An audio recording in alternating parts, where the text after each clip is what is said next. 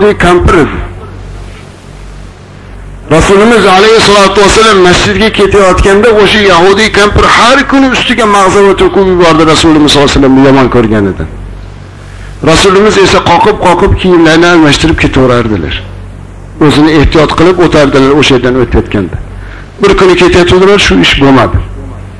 To'xtab qoldilar. Sahobalarga qarab, "Bugun Yahudiy kampir qo'shnim mag'zava to'kmadi-ya" dedi. Tinchlikmikin? Kasal bo'lib qoldimikin? Bola chaqasi yo'q edi, yolg'iz edi. Bir holdan xabar olsaymikin?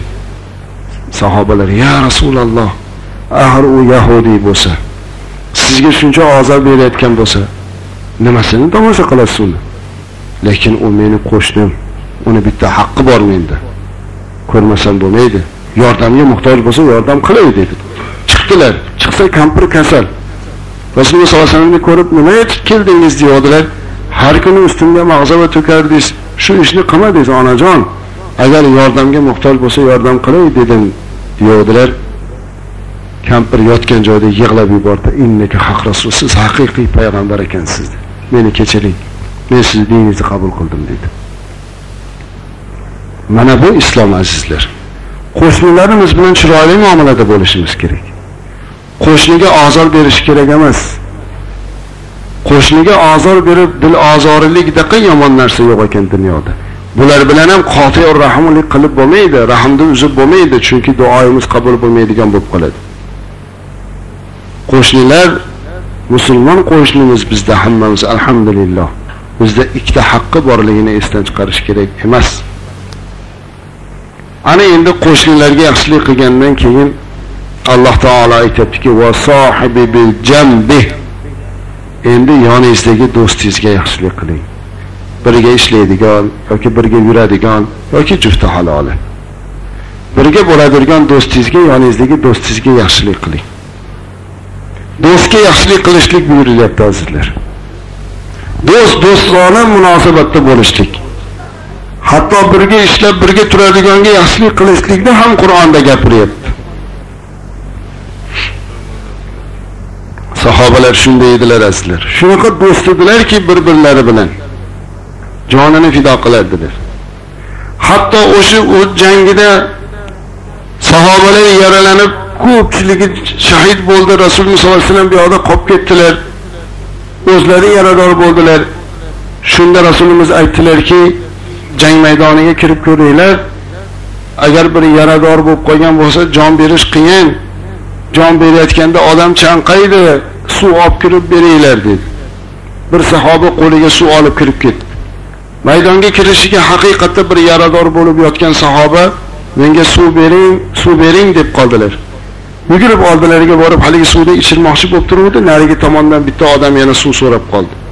Haligi suv so'ragan sahoba shunda og'zini bekitdi-da, "O'sha suv so'raganga birinchi bering. U meni 3 kunimcha olamdan chanqagan holatda o'tib qolmasin. U meni qiyomatlik do'stim" dedi. "U meni qiyomatlik do'stim, u birinchi ichsin suvni." Haligi suvni ikkinchi do'stiga olib boruvdi, yana bir odam suv so'rab qoldi. U odam aytdiki, shundoq to'xtatib, "O'sha odamga suvni bering, birodar. Chunki u odam mendan avval islomga kirgan. Mendan ko'ra muhabbatliroq, mendan ko'ra taqvodorroq. Shu odam ichishga haqli." Hali odamga suvni olib boruvdi, u odam aytdiki, "Birinchi suv so'ragan birodarga berdingizmi?" "Yo'q." Attang, o'shunga berish kerak edi. Chunki u har kuni jangga kirayotganda Rasulim uchun jonim qurbon bo'lsin deb kiradigan odam edi. Borib o'shunga ichirib kiring, keyin ichaman. Borsa haligi birinchi suv so'ragan odam olamdan o'tib qopti. Ikkinchisiga borsa ikkinchisi ham o'tib qopti. Uchinchisiga kech qolmay deb yugurib borganida uchinchisi ham chanqagan holatda olamdan o'tdi. Rasulimiz oldiga suvni ko'tarib yig'lab keldi. "Ya Rasululloh, bunaqasini ko'rmaganman. Jon berar holatida daryo suvini ichib olsa ham chanqoq qolmaydigan holatda bir qutun suvni sahobalar do'stlariga ilinib jon berdilar" deydilar. Rasulimiz yig'lab bordilar. "Ya Rabbi, shu sahobalarimiz jannat suvida serob qilgin" deb duo qildilar. Dafn qilayotganda tanalari ho'l bo'lib qolgan ekan, jannat suvida cho'miltirib qo'yilgan ekan. Ana do'stona munosabat islomda qanaqa bo'lish kerak azizlar. bir qultum suvda ilinyapti. Biz nima qilyapmiz? Bir birodarimiz shu bir ishni qilmoqchi bo'lsa, yo'lini to'syapmiz. Uni uydagi bolasi, uni qari otasi, uni qari onasi bilan ishimiz yo'q. Sahobalar o'layotgan, jon berayotgan holatda bir qultum suvda ilinib tursa, bizni qilayotgan ishimiz qaysi taroziga sig'adi azizlar? Shariatgami? Shariatnikimiz? Qaysi dindagi qov ishi bu? Musulmonda ish emas. Shunday ekan, hamisha birodarlarimizga, yonimizda turgan do'stimizga yordam berish kerak. Qanaqa qo'limizdan keladigan yordam bo'lsa, qanchalik yaxshiligimiz bo'lsa, shunga qilishimiz kerak. Chunki bu islomning tarbiyasi. Ana bundan keyin Alloh taolo endi bizga buyurdiki, va bunis sabil, ko'cha bolasiga yaxshilik qilasan. Ya'ni musofirga. Boshqa vatandan kelib, boshqa vatanda turib qoldi, g'arib bo'lib qoldi. Zero o'zini vatanida badavlat bo'lib, bu vatanga kelganda bechora holatga kelib qolgan bo'lsa ham shunga yaxshilik qiling dedi Alloh.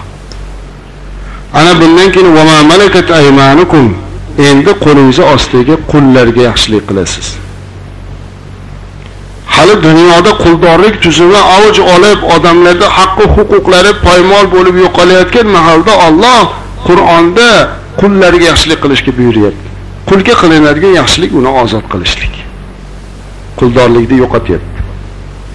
Va Alloh oyatda oxirida aytayaptiki, Alloh odamlarda orasida faxrlanib yuradigan, boshqalardan o'zini katta tutadiganlarni yomon ko'radi dedi.